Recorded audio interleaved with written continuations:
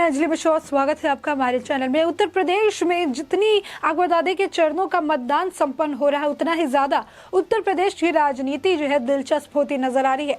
दोनों तरफ से जो पार्टियां हैं इस वक्त मैदान में, वो सभी एक दूसरे के ऊपर आरोप लगा रहे हैं और आरोप और प्रत्यारोप का दौर लगातार नजर आ रहा है। पहले चरण का मतदान संपन्न हो गया, दूसरे चरण का भी मतदान अब उत्तर प्रदेश में संपन्न हो गया है और अभी भी 5 चरणों के मतदान होने बाकी है, क्योंकि पूरे 7 चरणों में उत्तर प्रदेश में मतदान होंगे और 10 मार्च को इसका रिजल्ट आने वाला है। अब ऐसे में सभी पार्टियां हर चरण के मतदान से पहले अपनी तरफ से पूरी तैयारी करके अपनी तरफ लोगों की वोट करने की कोशिश कर रही हैं और ऐसे में एक दूसरे के ऊपर गंभीर आरोप लगाने से भी ये चूकते नजर नहीं आ रहे।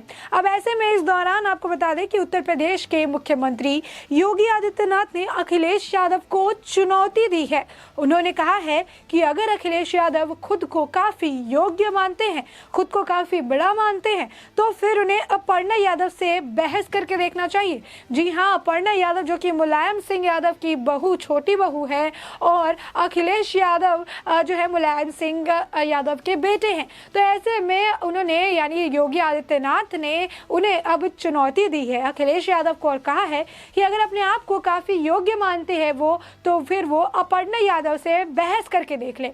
ऐसा उन्होंने क्यों कहा है, कौन से मुद्दे पर कहा है और खासकर उन्होंने यह चुनौती उन्हें क्यों दी है, इसके बारे में आपको विस्तार से बता देते हैं। बता दें कि एक टीवी चैनल से बातचीत के दौरान जब उनसे पूछा गया अपर्णा यादव पर सवाल, जिसे उन्होंने बीजेपी पर लिया है, उन्हें बीजेपी में वो शामिल हो चुकी है, पहले समाजवादी पार्टी में थी, फिर उन्होंने बीजेपी की तरफ रुख किया हुआ था और इस वक्त इसे लेकर काफी ज्यादा टिप्पणी भी की जा रही थी। अखिलेश यादव कह रहे थे कि उन्हें काफी रोकने की कोशिश की मुलायम सिंह यादव ने, लेकिन उन्होंने नहीं सुना, वो बीजेपी में शामिल हो गई, लेकिन हमारी सोच का विस्तार हो रहा है। तो इस तरीके की टिप्पणी सामने आई थी। वैसे ही अपर्णा यादव ने बीजेपी के सदस्य लेने के बाद वो जब वापस रिटर्न गई तो उन्होंने मुलायम सिंह यादव के साथ उन्होंने तस्वीर साझा करके ये बात सभी को बता दी कि मुलायम सिंह यादव उनसे नहीं रूठे हुए हैं, बल्कि उन्हें आशीर्वाद दे रहे हैं विजयी भव का। अब ऐसे में आपको बता दें कि बातचीत के दौरान जब अपर्णा यादव को बीजेपी में लेने पर जब पूछा गया तो सीएम आदित्यनाथ ने कहा कि यह यादव परिवार की बहू बनने से पहले भी सामाजिक कार्यों से जुड़ी रही है।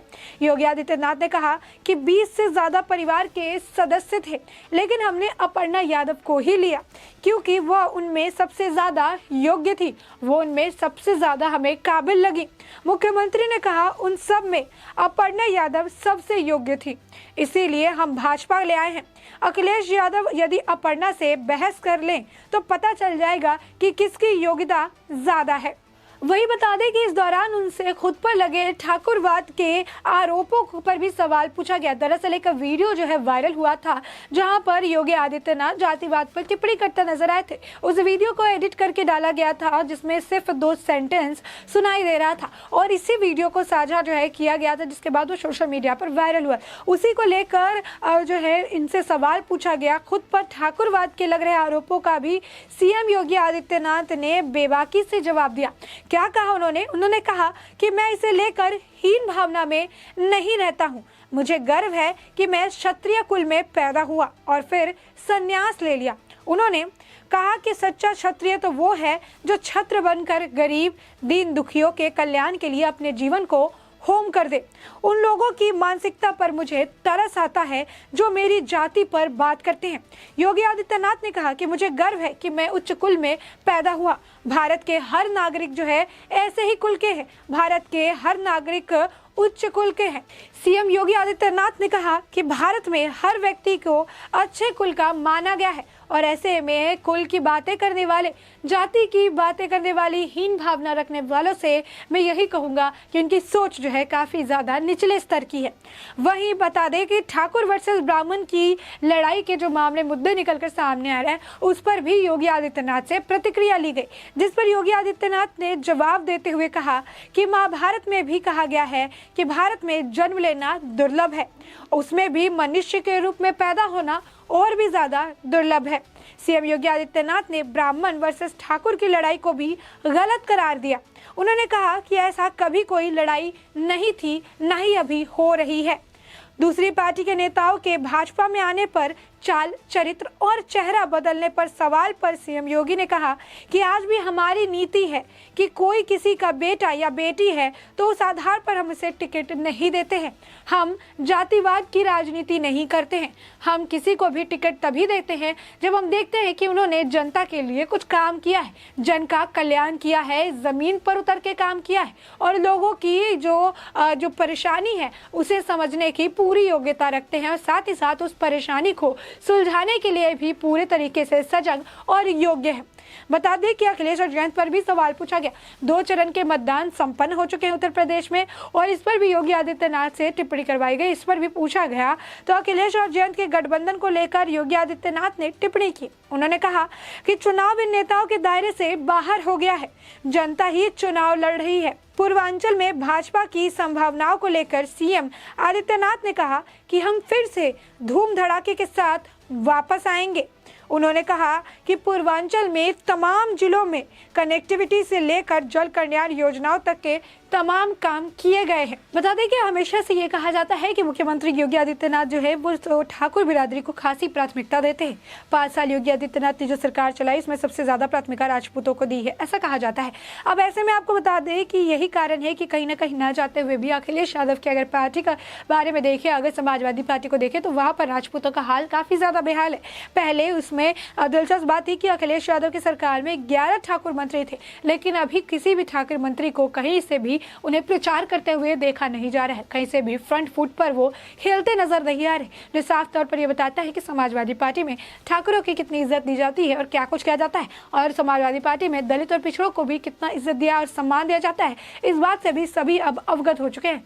यानी साफ तौर पर अगर कहा जाए तो आप ये समझ सकते हैं कि इस वक्त जो बीजेपी पर जो आरोप लग रहे ठाकुरवाद के या चीजें कहीं ना कहीं तुष्टीकरण करना, जाति के आधार पर बांट बटोर करना, कहीं ना कहीं एक समुदाय के लोगों को गलत तरीके से ट्रीट करना, एक समुदाय के लोगों को दूसरे समुदाय के खिलाफ चीजें कहना, ये जो है समाजवादी पार्टी में काफी ज्यादा देखने के लिए मिलता है। यही नहीं, आपको बता दें कि अब जो है 11 ठाकुर थे और इसके बावजूद इनमें से किसी को भी इस बार टिकट नहीं मिला है। ना ही रैली में, प्रेस कॉन्फ्रेंस और ना ही कार्यकर्ताओं के सम्मेलन में ठाकुर नेता नजर आते हैं। इसके अलावा अखिलेश यादव के साथ भी ठाकुर वेश जो है वो नरादर है। ऐसा कहा जाता है कि ठाकुर जो है उनकी निष्ठा बीजेपी की तरफ बहुत ही ज्यादा है। वो बहुत ही निष्ठा भाव और सम्मान से बीजेपी की तरफ रुख करते हैं और बीजेपी को ही वापस से लाना चाहते हैं और यही कारण है कि ठाकुरों की निष्ठा जो है बीजेपी की तरफ, उसे देखते हुए अखिलेश यादव के अंदर डर का संचार हो गया। उसे देखते हुए अखिलेश यादव को ऐसा लगता है कि कहीं ना कहीं उनके हाथ से ये सीट न निकल जाए। कहीं ना कहीं उन्हें लगता है कि उनके हाथ से अगर ठाकुर लोग जो हैं वो अगर वोट करेंगे तो बीजेपी की वापस से सरकार बन जाएगी और इसीलिए पहले से ही जो है ठाकुरवाद के आरोप लगाने उन्होंने शुरू कर दिए। बल्कि आपको बता दें कि जितने भी जो अखिलेश यादव की पार्टी छोड़कर बीजेपी की तरफ रुख किया था, सभी की यही कंप्लेन थी। सबने यही कहा कि पार्टी छोड़ने का जो मेन कारण है यही है कि उनकी पार्टी में सम्मान नहीं मिलता है। पहले ये रोड की राजनीति करते थे, जमीन पर उतरते थे और लोगों की परेशानी जानते और उसे सुलझाने का काम करते थे। आजकल ये बंगलों की राजनीति करते हैं, जिसकी वजह से इस पार्टी के कई सारे वरिष्ठ नेता बीजेपी की तरफ पहले ही रुख कर चुके हैं। और ऐसे में अखिलेश यादव खुद को भी काफी ज्यादा योग्य बताते हैं। वो सबको जो अपने आप को सबसे ऊपर रखते हैं। अपर्णा यादव ने भी जब बीजेपी ज्वाइन की थी तो उन्होंने कहा था कि मुलायम सिंह यादव ने रोकने की कोशिश की, लेकिन अपर्णा यादव नहीं गई। साथ ही उन्होंने कहा कि समाजवादी की सोच का जो है विस्तार हो रहा है अगर अपर्णा यादव बीजेपी में गई है।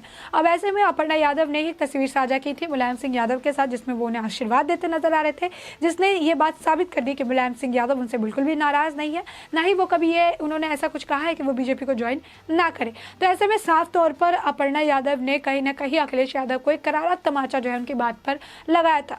अब इसे हिम्मत में नजर रखते हुए योगी आदित्यनाथ ने भी ये कहा कि कई सारे सदस्य थे समाजवादी पार्टी के, लेकिन फिर भी हमने जो है अपर्णा यादव को ही चुना क्योंकि उन्होंने जमीन पर काम किया है और वह सामाजिक कार्यों से हमेशा से जुड़ी रही। साथ ही उन्होंने अब अखिलेश यादव को चुनौती भी दी है, कहा है कि खुद को अगर योग्य मानते हैं तो वो अपर्णा यादव से बहस करके देख ले। अब ऐसे में इस चुनौती पर अखिलेश यादव की क्या प्रतिक्रिया रहती है, क्या वो उस चुनौती को स्वीकार करते हैं या फिर इस पर टिप्पणी करते नजर आते हैं, ये तो आने वाले वक्त के साथ साफ हो जाएगा। तब तक के लिए इस पूरे मुद्दे पर आपकी जो भी राय हो हमें कमेंट सेक्शन में कमेंट करके जरूर बताएं।